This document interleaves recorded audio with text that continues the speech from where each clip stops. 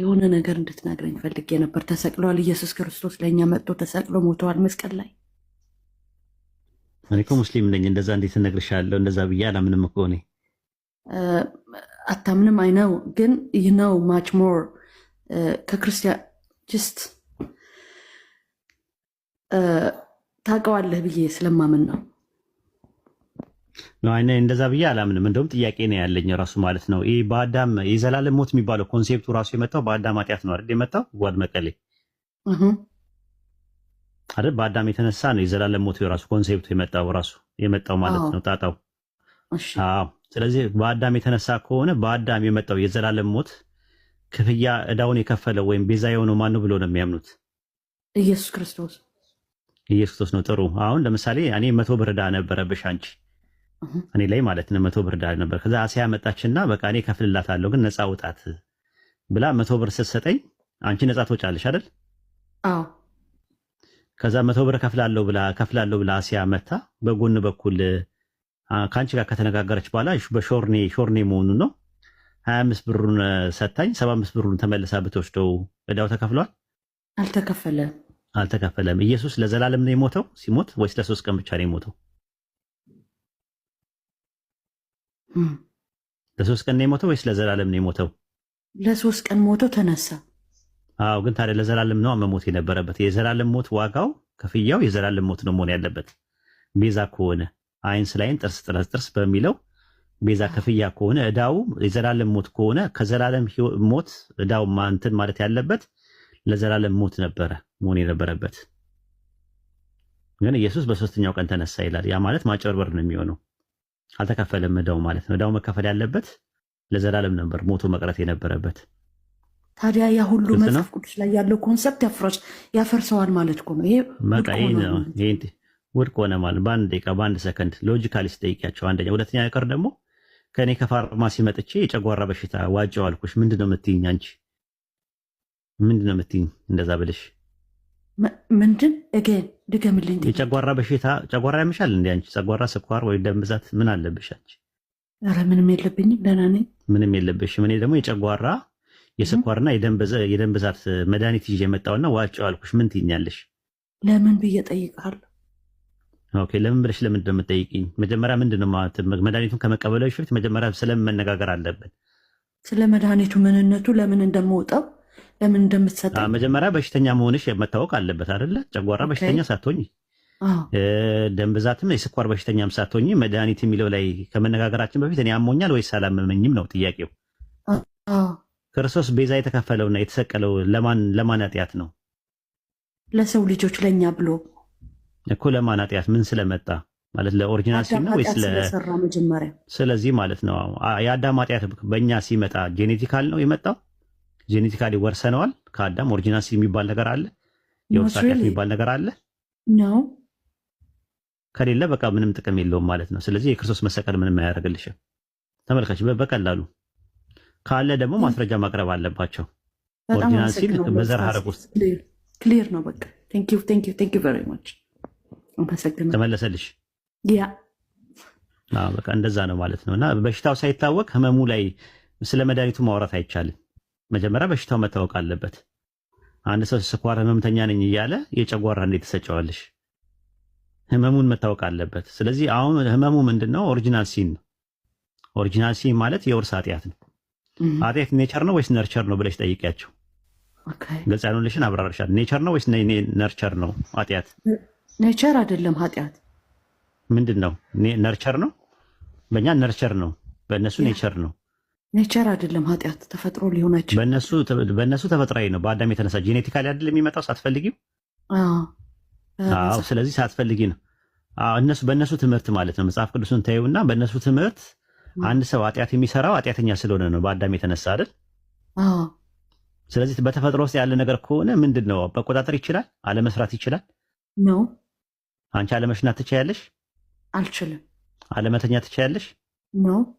ለምን አለመተኛት ያልቻልሽው ለምንድን ነው? የተፈጥሯችን ኔቸር በተፈጥሮ ላይ የተቀመጠ ኃጢአት በተፈጥሮ ውስጥ ካለ ኃጢአት ሰርተሃል ተብሎ የሚቀጣበትና የሚጠየቅበት አንዳች ምክንያት አንዳች ቆብ የለውም። ልክ አይደለም። ስለዚህ እኛ የምንለው በኢስላም አስተምሮት ሰው ኃጢአት ሲሰራ ነው ኃጢአተኛ የሚሆነው እንጂ ኃጢአተኛ ስለሆነ አይደለም ኃጢአት የሚሰራው። ልዩነቱን አየሽው? ልዩነቱን አየሽው? አዎ በጣም ክሊር ነው። እስቲ ድገሚው። ምንድን ነው ያልኩሽ? ሰው ኃጢአተኛ ስለሆነ ሳይሆን ኃጢአት የሚሰራው ከእንትን የፈጠረው ያመጣው ነገር ኃጢአት ሲሰራ ነው ኃጢአተኛ የሚሆነው። ኤግዛክትሊ። በቃ ስለዚህ ልዩነቱ አለው ማለት ነው። እኛ ኃጢአት ምንድን ነው ብለን የምናምነው ነርቸር ነው ብለን ነው የምናምነው። ኃጢአት ማለት አላህ ያዘዘውን መልካም ነገር አለማድረግ፣ አላህ የከለከለውን ክፉ ነገር ማድረግ ኃጢአት ይሰኛል ማለት ነው። ኃጢአት ለመባል መጀመሪያ ይሄ ነገር ሐራም ነው፣ ይሄ ነገር ሐላል ነው፣ ይሄ ነገር ሙባህ ነው፣ ይሄ ነገር ሙስተሃብ ነው፣ ይሄ ነገር መክሩ ነው ብሎ የሚነግረን አካል ያስፈልጋል። መልእክቱን መስማት አለበት። አንድ ሰው በማያውቀው ነገር በሌለበት መመደድ የአዳምን ገፈትና አበሳ ቀማሽ ነው ተብሎ አይባልም። ራሱ የሱን ገፈትና አበሳ የሚቀምስበት ምንም ነገር የለውም ራሱ ማለት ነው። ዕዳው ገብስ ነው የሚባሉ ነገር ማለት ነው። እና ይሄ ምንድነው? የደቦ ፍርድ ነው የሚሆነው። ፍርዱ ልክ አይደለም ነው ምንድነው እኛ። ስለዚህ በአዳም የተነሳ ምንም የመጣብኝ ኃጢአት የለም። ኃጢአት ኔቸር ሳይሆን ነርቸር ነው። ሲን የሚባለው ነገር ያለው ሲን አክቹዋል ሲን ብቻ ነው።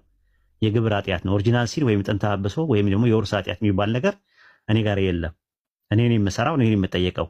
ከኔ ከማንም የሚመጣ ነገር የለም። አዳም ለሰራው ኃጢአት ንስሐ ገብቷል በእኛ አስተምሮት ማለት ነው። ለምንድን ነው ጀነት ያላስገባው? መጀመሪያም ሲፈጥረው ጀነት አይደለም ያኖረው፣ ለማኖር አይደለም የፈጠረው፣ ለፈተና ነው እዛ የገባው። ፈተናውን ቢያልፍም ባያልፍም መውጣቱ አይቀርም። ለመላእክትም እንደዛ ነው ያላቸው፣ በምድር ላይ ምትክን አድራጊ ነኝና ብሎ ስላላቸው ማለት ነው። አደምና ሙሳም ሲከራከሩ እንደዛ ነው ያለው። እኔ አስቀድሞ እንደወጣ ተቀድሮብኛል ከ40 ዓመት በፊት ነው ያለው። ስለዚህ አዳም ጀነት ሲገባ በመልካም ስራው አይደለም የገባው። እንደኛው በመልካም ስራ ነው አይደል? በመልካም ስራ ወይም እምነት ምናምን ይጠይቃል። አደም ግን ሲገባ በምርጫው አይደለም የገባው። ሲወጣም ደግሞ ያለ ምርጫው ነው ራሱ የሚወጣው። ሲወጣም ማለት ነው እንትን ኃጢአት መስራቱ ሰበብ ነው። ለአላህ ላይ አመፀ። ሱረቱ በቀራ ምዕራፍ 2 ቁጥር 35 ላይም እንደዛ ነው። እንዳትሰሩ አላቸው። ብትሰሩ ብትበሉ ይሄንን ነገር ከበደለኞቹ ትሆናላችሁ ነው ያለው። ለበደለኞች ደግሞ የተዘጋጀ ሰዓት ስለነበረ ለዛ ነገር ባትምረን ከከሳሪዎቹ እንሆናለን ብለው ንስሐ ገቡ። አላህ ንስሐቸውን ተቀበለ ማለት ነው።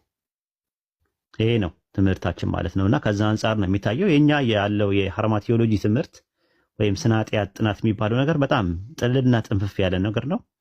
እኛም እዚህ መተን ለማጥለልና ለማጠንፈፍ ነው ቁጭ ያልነውና በርቺ። እሺ አመሰግናለሁ።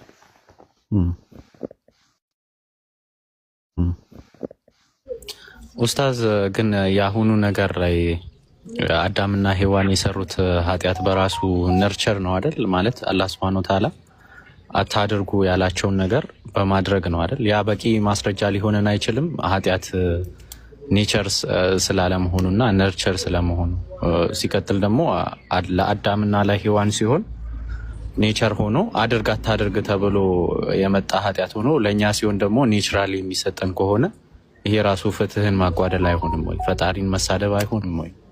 አዎ ልክ ነው። እንደዛ ነው። ሱረቱል አሕዛብ ምዕራፍ 33 ቁጥር 33 ላይ እንደዛ ነው። በእርሱ በተሳሳታችሁበት ነገር በእናንተ ላይ ኃጢአት የለባችሁም፣ ነገር ግን ልባችሁ አውቆ በሰሩት ኃጢአት ይሆንባችኋል አለ። አላህ ማሪና አዛኝ ነው ብሎ ነው የሚያስቀምጠው ማለት ነው። ራሱ ሲጀመር ጀምሮ እኮ ኃጢአት የሚለው የግዕዝ ቃል ሀጣ ነው ከሚለው ራሱ ኢላማን ሳተ ነው፣ አመፀ ነው ራሱ። እና ኢላማን መሳት ማመፅ ማለት ነው ራሱ። ኸት የሚለው የዕብራይስጥ ቃልም እንደዛ ነው። ኸታ ከሚል ቃል ነው የመጣው። ኢላማን ሳተ ብሎ ነው ያስቀምጠው። በግሪክም እንደዛ ነው። ቬሎ ያኻቲ ይለዋል ራሱ። በግሪክ ደግሞ ስትመጣ ሃርማቲዮሎጂ ይባላል ማለት ነው። ሃርማቲያ ማለት ምንድነው? ግሪክ ወይኔ ላይ ኢላማን መሳት ማለት ነው ራሱ። ሃርማታኖ ከሚል ቃል ነው የመጣው። ሮሜ ምዕራፍ 3 ቁጥር 20 ላይ ኃጢአት በሕግ ይታወቃልና አለ። ሕጉ ለአንተ አልተሰጠህም። ዛፉን አትብሉ የሚለው ትእዛዝ የመጣው ለአዳምና ለሔዋን ለአንተ አይሰጥም። አንተን የሚመለከት አይደለም። አንተን የሚመለከት ከሆነ አሁን ዛፉ መኖር ነበረበት። አንድ ሁለተኛ ነገር ደግሞ ውርስ ከመጣም የሆነ እንደ ፍየል የቅጠል የመብላት አባዜ ይጸናወተን ነበር ራሱ። እንደዛ አይደለም። ሮሜ ምዕራፍ 5 ቁጥር 13 ላይ እንደዛ ነው። ነገር ግን ሕግ በሌለበት ኃጢአት አይቆጠርም ይላል። አንደኛ ቆሮንቶስ ምዕራፍ 15 ቁጥር 56 ላይ የሞት ሞጊያ ኃጢአት ነው፣ የኃጢአትም ኃይል ሕግ ነው ይላል። ሕግ ከሌለ ይሄ ነገር አድርግ ይሄ ነገር አታድርግ ከሌለ ኃጢአት የሚባል ነገር የለም። የያዕቆብ ምዕራፍ 4 ቁጥር 17 ላይም እንደዛ ነው። እንግዲህ በጎ ነገር ለማድረግ አውቆ ለማይሰራ ሰው ኃጢአት ነው ይላል። ተነግሮ በጎ ነገር አውቆ መጀመሪያ ማወቅ ይጠበቅብሃል። ሮሜ ምዕራፍ 7 ቁጥር 7 ላይ እንግዲያስ ምን ላለን? ሕግ ኃጢአት ነውን? አይደለም። በሕግ ባይሆን ኖሮ ኃጢአትን ባላወቅኩኝ ነበር አለ። ኃጢአት በሕግ ይታወቃል። ስለዚህ ሕግ የሚባለው ነገር መጥቶ አንተ ለአቅመ ሐዋና ለአቅመ አደም ያልደረሱ ህፃናትን ኃጢአት የሚባል ነገር ወርሰዋል የሚባለው ነገር የለም። ራሱ ህጉ አያውቁትም፣ ራሱ አልተነገራቸውም። እነሱ ብቻ አይደሉም። ራሱ ካደገ በኋላ ትልቅ ሰው ከሆነ በኋላ ሪሳ ላይ ያልደረሰው ሰው አይቀጣም። በሱረቱ ኢስራ ምዕራፍ 17 ቁጥር 15 ላይ መልእክተኛ እስከምንልክ ድረስ የምንቀጣ አይደለም ይላል። ስለዚህ አላህ ያንን ነገር ሲያደርገው ኃጢአት የሚባለውን ነገር ሱረቱ በቀራ ምዕራፍ 2 ቁጥር 35 ላይ ሲናገር አደም ወይ አንተም ከነሚስትህ በገነት ተቀመጥ፣ ከዛም በፈለጋችሁ ስፍራ በሰፊው ተመገቡ፣ ግን ይህችን ዛፍ አትቅረቡ፣ ከበደለኞች ትሆናላችሁ አለችው ይላል። አትቅረቡ ያላቸው ዛፉን ከበሉ ቅጣቱ በደለኛ እንደሚሆኑ ስለሚያውቅ ነው።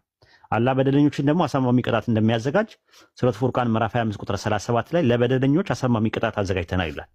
ሱረቱ ካፍ ምዕራፍ 18 ቁጥር 29 ላይ እኛ ለበደለኞች የከበበች የሆነች እሳት አዘጋጅተናል አለ። ሱረቱ አዕራፍ ምዕራፍ 7 ቁጥር 41 ላይ ብትመለከተው ለእነርሱ ከገሃነም እሳት በስራቸው ምንጣፍ ያለባቸው ሲሆን እነዚህ ለበደለኞችን እንቀጣበታለን አለ። ስለዚህ ከበደለኞች ትሆናላችሁ ሲላችሁ ይቀጣሉ ማለት ነው። ከዛ ምን አደረጉ? ሱረቱ አዕራፍ ምዕራፍ 7 ቁጥር 23 ላይ ጌታችን ሆይ ነፍሶቻችንን በደልን፣ ለእኛ ባትምረን ባታዝንልን በርግጥ ከከሳሪዎቹ እንሆናለን ብለዋሉ ይላል። ከዛ ሱረቱ ጣሃ ምዕራፍ 20 ቁጥር 122 ላይ ከዛም ጌታው መረጠው ከእርሱም ጸጸቱን ተቀበለው መረው አለ። ሱረቱ በቀራ ምዕራፍ 2 ቁጥር 37 ላይ ደግሞ በእርሱ ላይ ጌታው ጸጸትን በመቀበል ተመለሰለት ይላል። እርሱ ጸጸትን ተመላሽና ነውና እያለ ይናገራል ማለት ነው። ከዛ በኋላስ ወደኛ የመጣ ነገር አለ ወይ? የለም። በሱረቱ ኢስራ ምዕራፍ 17 ቁጥር 15 ላይ ተሸካሚ ነፍስ የሌላውን ኃጢአት አትሸከምም፣ ጭራሹኑ መልእክተኛ ሳይላክ ማንም ሰው የሚቀጣ የለም ብሎ ነው ያስቀመጠው ቁርአን። የሚገርም ትምህርት ነው።